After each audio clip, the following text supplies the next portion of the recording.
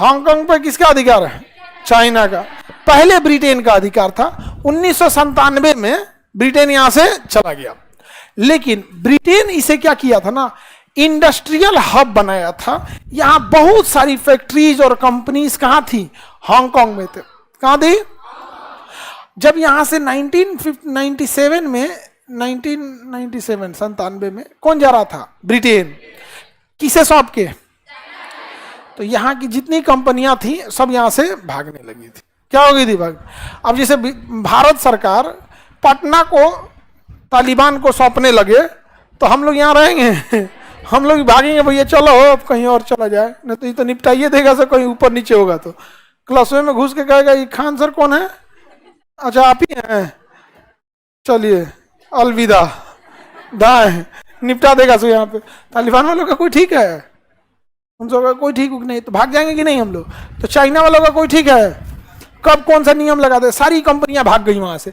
अब वो ये सोच रही थी कि हम लोग जाए कहाँ, तो उनको चाहिए था एक ऐसा जगह जो समुद्र के किनारे हो, किसी भी धर्म का रोक टोक ना हो, कानून एकदम लिबरल हो, कोई यूनियन ना हो कि हमारी मांगे पूरी करो, ये करो।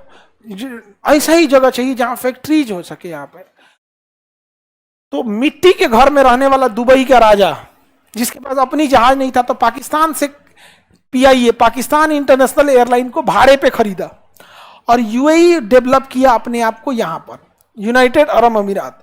और इन जितनी कंपनियां वहां से जा रही थी उन सबको कहा कि यहां आ जाइए। देखिए समुद्र के किनारे है, मेजर हब है, सारी जगहों से कनेक्टिविटी भी क्या है? इजी है। कानून एकदम लिबरल रहेगा, कोई दिक्कत नहीं है, आपको जैसे रहना है रहिए। सिक्योरिटी की जिम्मेदारी लेते हैं, कोई आपको कुछ नहीं कर सकता है। यूनियन अगर कोई कह दिया हमारी मांगे पूरी करो, हाथ तोड़ के उसको भेज देंगे यहां से। सारा चीज, सारी कंपनी कहां भाग गई सब? यहां से कितनी भाग गई सब? ये आज यूएई को देखिए कहां चला गया यूएई। और हम लोग तब तक, हम लोग भी चाहते तो अंडमान निकोबार में नहीं रोक सकते थे, लेकिन हम लोग बिजी थे अलग चीज में।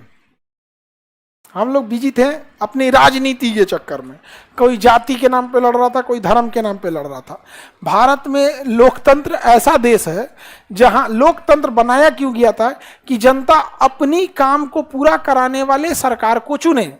लेकिन भारत को अगर आप ध्यान से देखिएगा, यहाँ लोग वोट काम के लिए, अपनी ख्वाहिशों के लिए, अपने विकास के लिए नहीं देते, बल्कि वोट देते हैं सामने वाले को केवल और केवल जिता देने के लिए। हमारी पार्टी जीत गई, बस करे कुछ काम करे, कुछ करे या ना करे। आपने जब उसकी भलाई के लिए वोट दिया है, उसका तो भला हो ही रहा है, उसके भलाई में कोई कमी रही है? काम खत्म। आप अगर बिहार में ये कह के वोट दीजिए कि 100 किलोमीटर चलने में अगर 1 घंटा से ज्यादा लगा तुमको वोट ना देंगे। 1 घंटा में 100 किलोमीटर डिस्टेंस चलना चाहिए, ये विकास की पहली चीजें है यहाँ पे। दूसरा कि वहां कोई भी इंसान क्रिमिनल टाइप की एक्टिविटीज में न होना चाहिए। यहाँ जाके देखिए हाजीपुर में जितनी फैक्ट्रीज लगी हैं सब ना, और यहाँ पे सबका क्रिमिनल फिक्स है, कौन कहां से पैसा वसूलता है। समझ में आया? नहीं दीजिएगा तो वही उल्टा सीधा काम करेगा सब। समझ में आ गया? हमरों पे तो बम चलाया था सब, एक समय था। अब चलाए ना, परमाणु चला देंगे हम। हाँ वो सब बाद में, वो सब वो जाके एफआईआर करेगा कि हम छोटका माम मारे थे।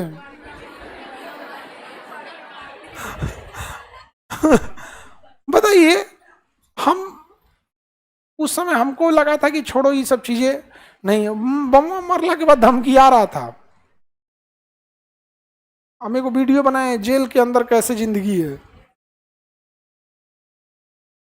समझ रहे हैं ना? फिर आदमी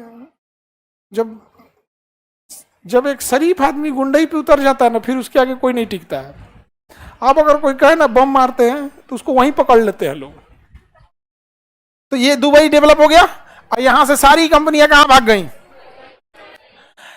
जो बच गई वो भी कंपनियां बहुत बड़ी बड़ी बच गई थी। यहां पर दुबई डेवलप हो गया, हांगकांग भी आज पूरी तरह से डेवलप है। लेकिन जब ये हांगकांग चाइना को ब्रिटेन सौंप रहा था तो कहा कि यहाँ के लोग जो थे वो ब्रिटिश के हिसाब से चल रहे थे, लोकतंत्र थे। कहा कि 50 सालों तक तुम इसके नियम कानून के साथ कोई छेड़छाड़ नहीं करोगे। तो चाइना का एकमात्र जगह हांगकांग है जहां इलेक्शन होता है। वहां क्या होता है? इलेक्शन। अभी चाइना ने वहां क्या किया, नियम बना दिया कि इलेक्शन होगा, लेकिन कौन इलेक्शन में खड़ा होगा ये हम डिसाइड करेंगे। तो अपने दो चार को आधा बंद आंख वाला को चार को भेजेगा और वहीं पे उठ रहा है सब। लोकतंत्र को नाश दिया है चाइना में। लोकतंत्र का रहना बहुत जरूरी है। एशिया का सबसे अमीर आदमी था जैक मा, अलीबाबा कंपनी का मालिक। उसने बस इतना कहा था ना कि चाइना की सरकार लोन देने से कतराती है, उसको तहस नहस कर दिया सब, तहस नहस कर दिया सब। तो लोकतंत्र का होना बहुत जरूरी, अन्यथा आप बोल नहीं पाएंगे। और हमारे देश में देखिएगा, लोकतंत्र को बचा के रखना आप नई पीढ़ी के लोगों की जिम्मेदारी बनती है। यहाँ समझ में आ रहा है कि नहीं? तो लोकतंत्र नहीं तो फिर फायदा क्या होगा भैया, आज़ादी लिए।